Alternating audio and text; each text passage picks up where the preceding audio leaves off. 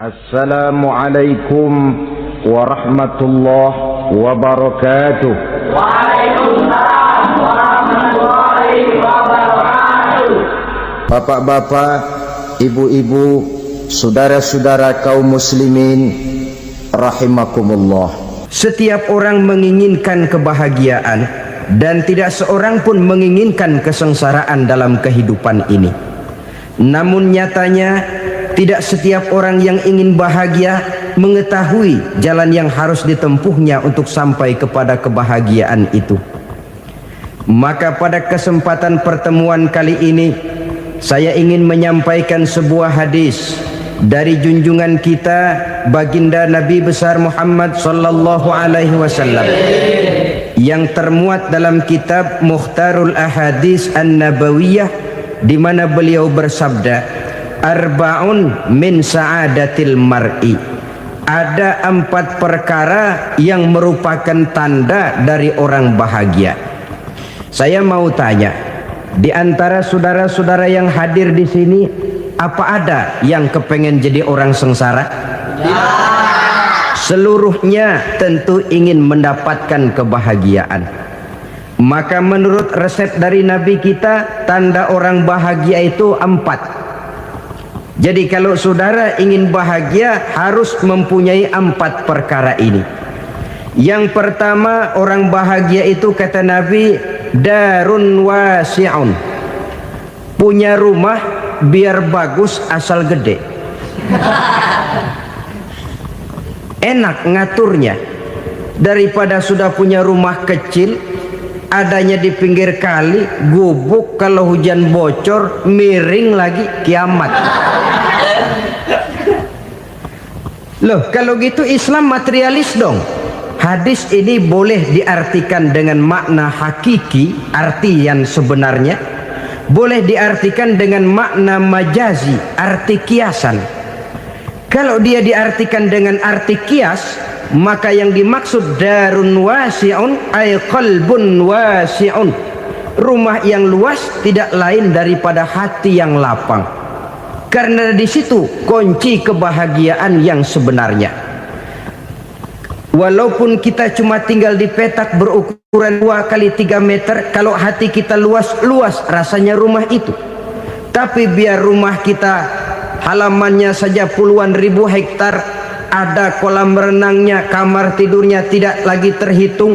Kalau hati yang menempati rumah itu sempit, maka akan terasa sempit jugalah rumah itu. Tempat bergantungnya tidak lain adalah hati. Marilah kita mencoba melihat berbagai pandangan orang tentang bahagia ini. Ada orang menyangka bahwa bahagia itu kalau dia mendapatkan harta yang sebanyak-banyaknya. Siapa yang banyak harta, dialah raja. Apa yang dia mau, seluruhnya bisa dibeli. Keamanannya, dia bisa menyewa petugas.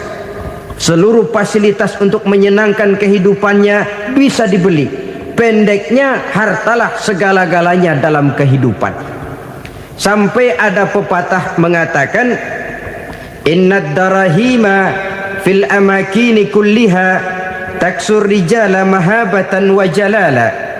Sesungguhnya harta, dinar, dirham, uang di mana-mana selalu bikin hebat orang yang memilikinya. Coba lihat, orang yang punya duit sama yang enggak punya duit, jangan gaya hidupnya, gaya jalannya aja lain. Wahia lisanun liman arada fasahatan, wahia silahun liman arada qitala. Uang adalah senjata yang paling ampuh bagi orang yang mau pergi perang, dan lidah yang paling fasih bagi orang yang mau bicara. Kalau bicara dengan lidah macet, cobalah bicara dengan harta, lancar.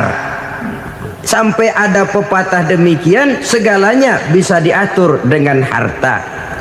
Maka di kalangan orang yang berpandangan semacam itu, seluruh kegiatan hidupnya hanya terfokus kepada bagaimana mengumpulkan harta yang sebanyak-banyaknya. Tidak peduli halal haram, tidak kenal sore pagi siang dan malam, tidak sempat sujud, jauh dari agama, jauh dari kehidupan yang bersifat ruhaniyah, jauh dari Allah dan sebagainya, sampai dalam Al-Quran dikelompokkan dalam kelompok yang dinamakan lumazah. Allazi jama'a malahu wa 'addadah yahsabu anna malahu akhladah. Mereka mengumpul-ngumpulkan harta sebanyak-banyaknya dan menyangka bahwa harta yang banyak itu dapat mengekalkan hidupnya, mengekalkan kekayaannya, mengekalkan kebahagiaannya. Saudara hadirin yang berbahagia, kalau pandangan hidup ini benar, artinya kalau harta memang merupakan satu-satunya hal yang dapat membuat orang bahagia, tentu di rumah mewah tidak akan pernah ada tangis derita. Tentu di satu tempat di mana fasilitas hidup serba menunjang tidak ada yang namanya penderitaan. Tapi suka dan duka, sedih dan gembira, senyum dan tawa adalah milik setiap orang, baik dia punya harta maupun dia tidak punya harta. Nyatalah bahwa harta semata-mata bukan merupakan jaminan bahwa orang akan bahagia, walaupun tanpa harta orang sulit untuk bahagia. Saya mau cerita, ada orang super kaya, namanya Aristotle Onesimus, raja tanker Yunani. Dia punya kapal tanker saja konon sampai 11 banyaknya. Punya perusahaan penerbangan yang disebut Olympic Airlines, punya hotel di berbagai kota besar di dunia ini, sejak dari New York, London, Paris, Rome dan sebagainya. Bahkan punya pulau yang dia namakan Pulau Scorpio. Ini kan namanya sudah kaya nggak tanggung-tanggung, punya pulau. Nah, dia punya 2 orang anak, yang satu laki-laki namanya Alexander, yang satu perempuan namanya Maria Onesimus. Seluruh harapannya tertumpah kepada anak lakinya Alexander ini, yang akan meneruskan usahanya, meneruskan kekayaannya, meneruskan dinastinya. Apa yang terjadi? Ternyata anak yang dia harapkan yang bernama Alexander ini mati muda dalam kecelakaan pada waktu dia olahraga. Apa olahraganya? Namanya olahraga anak orang kaya, golongan jet set. Olahraganya olahraga pesawat terbang. Jatuh, ya nggak kapungut, habis mati. Tinggal satu anak perempuannya, Maria Onesimus. Tapi anak perempuan ini juga malah urakan. Terakhir dia pacaran, bahkan kemudian kawin sama orang Rusia. Rupanya Aristotle Onesimus ini broken. Kekayaannya yang berlimpah ruah, perusahaannya yang begitu banyak, siapa yang akan meneruskan? Siapa yang akan menggantikan? Sampai kemudian dia mengurung diri di Pulau Scorpio dan mati di sana secara mengenaskan. Seorang multi jutawan, seorang yang super kaya, mati menyendiri di pulau sepi. Ibarat kata pepatah, anak ayam mati di lumbung. Bukan kekurangan makanan, keurugan makanan. Begitu kehidupan Aristotle Onesimus. Dan banyak orang-orang yang sudah demikian kaya sampai dibingungkan oleh kekayaannya sendiri. Telusurilah kehidupan David Rockefeller misalnya, Henry Ford misalnya, Adnan Khashoggi misalnya, multi jutawan yang kadang-kadang dibuat keder oleh kekayaannya sendiri. Pantas ketika Imam Ali ditawarkan orang, "Ya Ali, kalau kepadamu disuruh pilih ilmu atau harta, kau pilih mana?" Ya jelas pilih ilmu dong. Kenapa? Pertama, ilmu kalau kita berikan kepada orang lain tambah. Tapi harta kalau kita berikan kepada orang lain kurang. Saudara punya uang 10.000, dibagi orang 5.000, jelas uang saudara berkurang. Tapi saudara punya ilmu, diberikan kepada orang lain bisa, saudara pun makin mantep. Tidak lantas jadi bodoh karena ngajarin orang. Saudara bisa Fatihah lalu mengajarkan orang Fatihah, orang bisa, saudara pun makin hafal. Tidak lantas setelah diajarin orang ilmunya hilang. Begitu datang dia minta orang tolong ajarin saya Fatihah. Udah habis, nggak ada.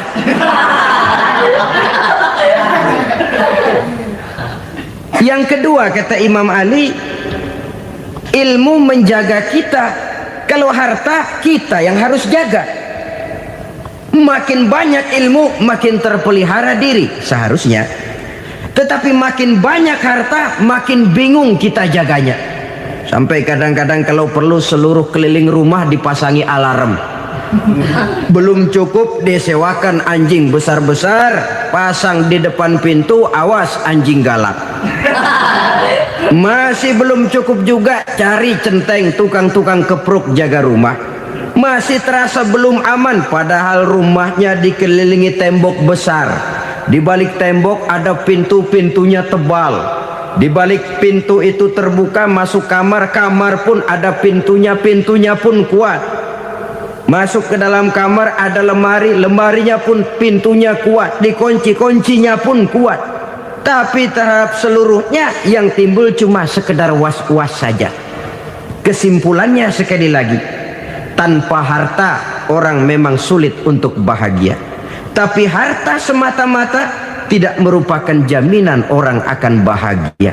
Dengan hati yang luas, itu modal utama untuk mencapai kebahagiaan hidup. Orang yang hatinya luas, saudara-saudara, punya hati yang lapang, melihat kenyataan hidup ini, dia bersyukur senantiasa kepada Allah. Lantas tidak timbul hasud dan iri hatinya. Oleh karena itu jiwanya selalu lapang.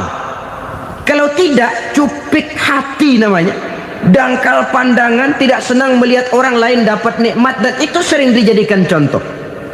Kalau orang yang lapang dada, dia lihat tetangganya beli TV baru, dia berkata, alhamdulillah ya, tetangga kita beli TV, mudah-mudahan kita bisa ikut nonton. Lapang dadanya.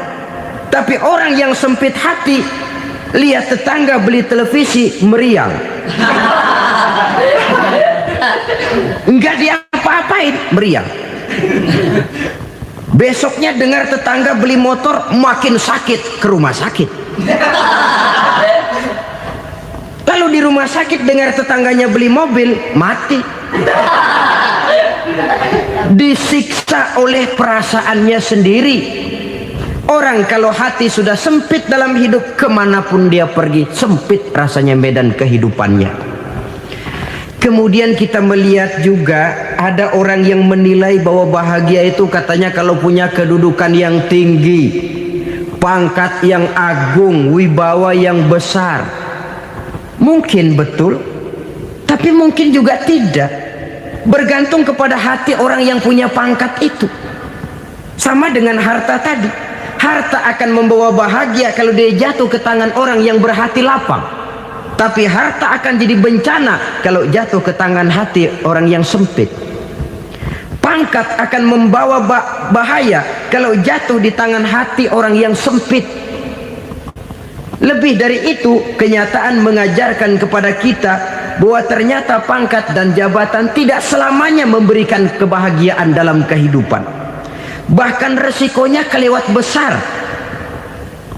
Beberapa bukti kita bisa ambil dari para pemimpin dunia yang menjadi korban lantaran pangkat dan jabatan yang disandangnya.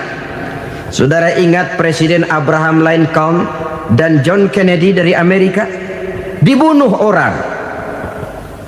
Park Chung-hee dari Korea Selatan, Ziaur Rahman dari Bangladesh, Anwar Sadat dari Mesir, terakhir Indira Gandhi dari India, menjadi korban dari pangkat dan jabatan yang disandangnya dari orang-orang yang tidak senang dia memegang jabatan itu. Dia akan mudah mengundang bencana, sehingga pantas kalau seorang presiden terkemuka Amerika, Harry Truman namanya, dia mengatakan jabatan presiden itu, kata dia, seperti orang nunggang macan, naik macan. Harus kita taiki, kalau enggak dia bakal nerekam kita, ngeri katanya. Adapun orang yang hatinya lapang, kalau dia menerima pangkat dan jabatan, dianggapnya itu satu kesempatan untuk berbuat baik. Tapi orang yang berhati sempit, menerima pangkat dan jabatan, bukan kadang-kadang menerima, malah berusaha setengah mati mencapai dengan segala cara. Kalau perlu jilat atas, jilat atas. Jadi golongan sumuhun dawu. Jadi kelompok kulon nuwun, yes sir, yang kerjanya cuma oke bos. Kalau perlu jilat atas, jilat atas. Kalau perlu injak yang bawah, injak yang bawah. Perlu sikut kiri kanan, sikut kiri kanan. Yang penting pangkat dapat, jabatan dapat. Orang yang semacam ini, kalau sudah mempunyai pangkat dan jabatan, biasanya dia tidak menganggap itu sebagai amanah, tidak menganggap sebagai kesempatan berbuat baik, tapi malah kesempatan untuk memperturutkan hawa nafsunya yang dilatar belakangi oleh kesempitan hatinya tadi. Apalagi kalau orang memperoleh pangkat karena banyak mengeluarkan uang, seakan-akan pangkat dan jabatan itu sekarang macam proyek pakai tender. Siapa yang berani bayar segini naik, nggak berani minggir.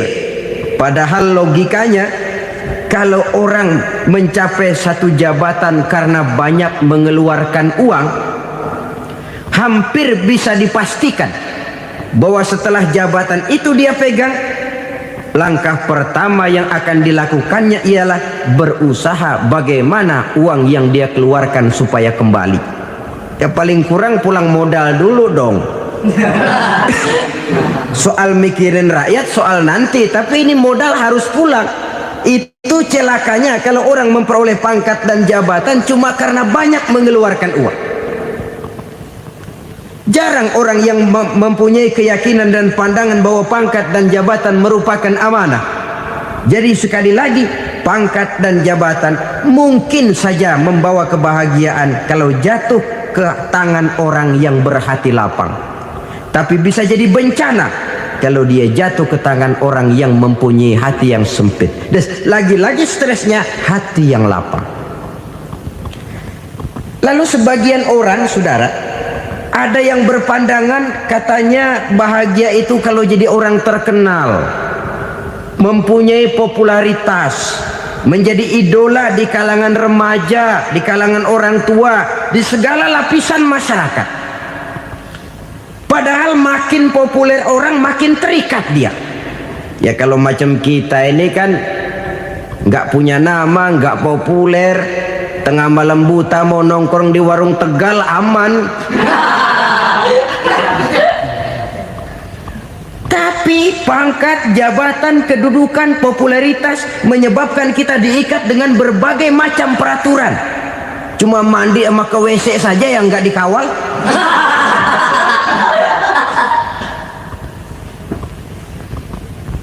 Benarkah popularitas, ketenaran membawa kebahagiaan? Mungkin ya, tapi mungkin juga tidak. Kenapa? Banyak orang-orang populer yang mengakhiri hidupnya secara tragis. Kita ambil beberapa nama. Di Amerika tahun 60-an ada bintang seksi paling terkenal yang dijuluki seks bom, bom seksi. Sampai sekarang jadi legenda, namanya Marilyn Monroe.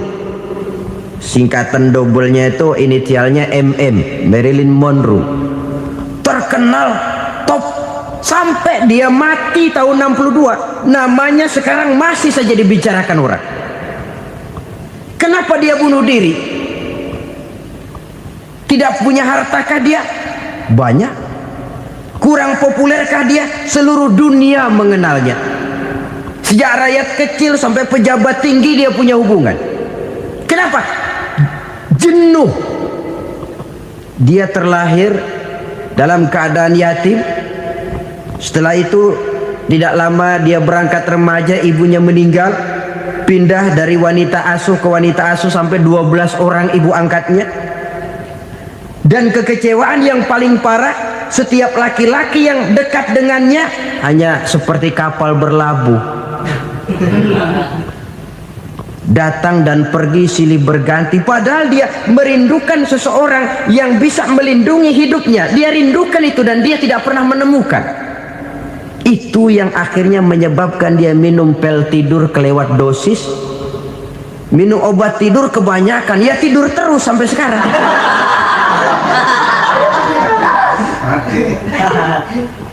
Dia mengakui, saya telah memiliki ketenaran, tapi saya tidak pernah hidup dalam ketenaran itu. Saya pandai main sandiwara, tapi saya ingin hidup dalam alam yang real sebagaimana umumnya orang. Itu yang dia rindukan. Menyusul jejak yang namanya Marilyn Monroe ini, Billie Holiday, saudara kenal tentu, di rumah sakit dirawat. Dia juga minum obat overdosis, mati lagi. Jimi Hendrix minum obat tidur overdosis kelewat batas, mati lagi. Lalu yang menghanyutkan diri di danau, Janis Joplin dan Brian Jones. Ini orang-orang populer, orang-orang terkemuka yang mengakhiri hidup secara tragis, bukan karena tidak terkenal, mungkin karena sudah saking terkenalnya. Contoh paling belakangan, Bruce Lee. Wah, ini tukang-tukang keprok tentu kenal siapa dia. Sampai sekarang pun tabir kematiannya masih merupakan misteri. Dan yang masih hidup juga menunjukkan gejala yang aneh. Michael Jackson, rumahnya di Beverly Hills itu dijaga sedemikian rupa, dan dia selalu curiga kepada setiap makanan harus steril, bersih dari segala macam kimia. Kemana dia pergi, itu tukang-tukang keprok sudah selalu menjaga dan mengawal, dan dia seakan takut menunjukkan mukanya yang asli. Hingga kalau tampil ke tengah di luar show, dia kadang memakai pakaian yang tidak menunjukkan dia yang sebenarnya, takut dikenali orang. Ternyata popularitas sering jadi momok yang meracuni kehidupan manusia. Oleh karena itu, benarlah junjungan kita pada saat beliau mengajarkan orang akan bahagia kalau dia mempunyai hati yang lapang. Nah, sekarang masalahnya untuk mendapatkan hati yang lapang, caranya bagaimana? Kita kembali kepada konsep Quran. Allah mengajarkan, ala inna bi dzikrillahi tatmainnul qulub. Ketahuilah bahwa dengan banyak mengingat Allah, hati akan tenang, jiwa akan lapang. Dengan kata lain, dekat dengan agama, merasakan kehadiran Allah dekat dalam hidup, itu muara pertama untuk mencapai hati yang lapang. Ala inna bi dzikrillahi tatmainnul qulub. Jangan macam orang sekarang ingin mendapatkan ketenangan lalu tapak di puncak gunung, di gua-gua, di tempat sepi. Iyalah kalau nggak ada ular. Kalau tergigit ular berbisa, ketenangan belum, mati jelas itu. Islam positif untuk mendapatkan ketenangan. Ala inna bi dzikrillahi tatmainnul qulubi. Bahwa ketahuilah bahwa dengan banyak mengingat Allah, hati akan tenang, jiwa akan lapang, nuansa pikiran akan luas.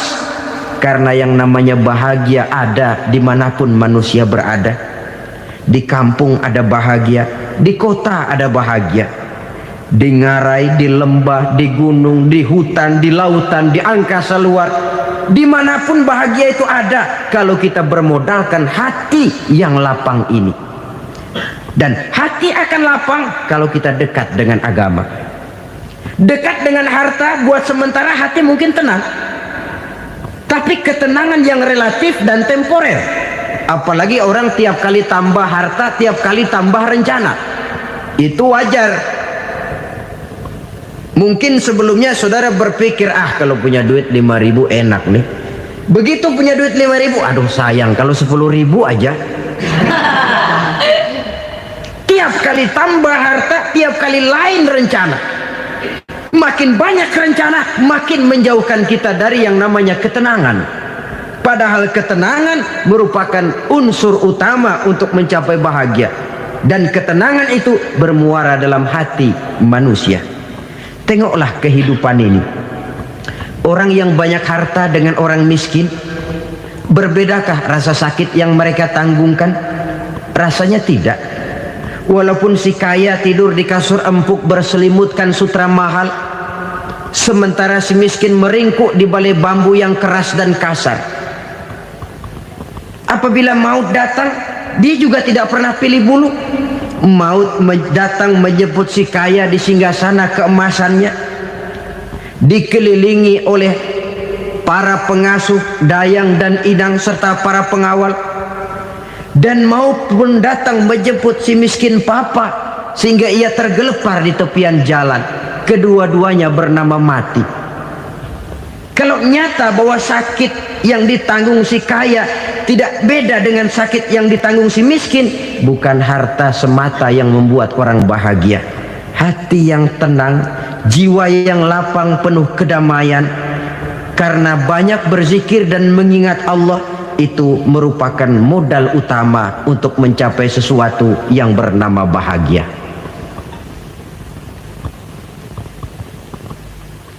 Saudara hadirin yang saya hormati, inilah yang pertama dari 4 ciri yang digambarkan oleh Nabi tentang tanda-tanda orang bahagia. Dan harus berangkat dari yang pertama ini, hati yang lapang. Ini yang harus kita miliki lebih dahulu, baru nanti akan menyusul kepada poin yang ketiga, kedua dan selanjutnya. Sebab kalau hati sudah terisi dengan jiwa yang lapang, seluruh persoalan insya Allah akan bisa kita atasi dengan sebagaimana mestinya.